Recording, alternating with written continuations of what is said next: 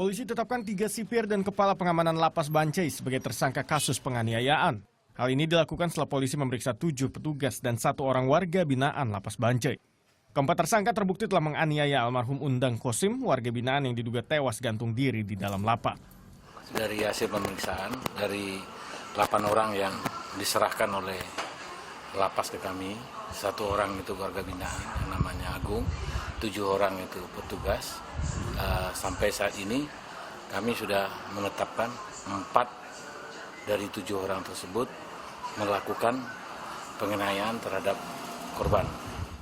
Pasca kerusuhan dan pembakaran lapas Bancai Sabtu pagi, kondisi lapas kini telah kondusif.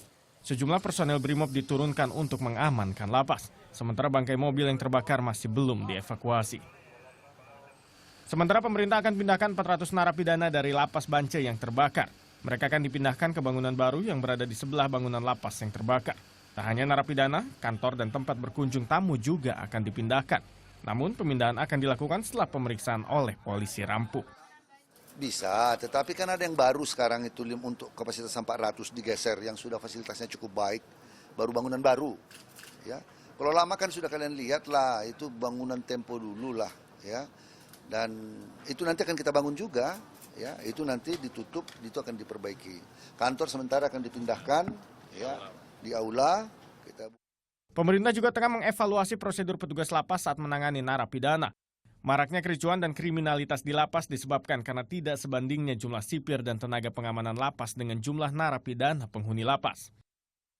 Kerusuhan terjadi di lapas khusus narkoba Bancai Sabtu pagi. Kerusuhan dipicu warga binaan Undang Kosim yang meninggal diduga akibat dianiaya oknum petugas sipir.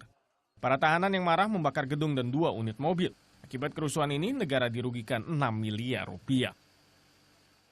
Tim Liputan melaporkan untuk NET.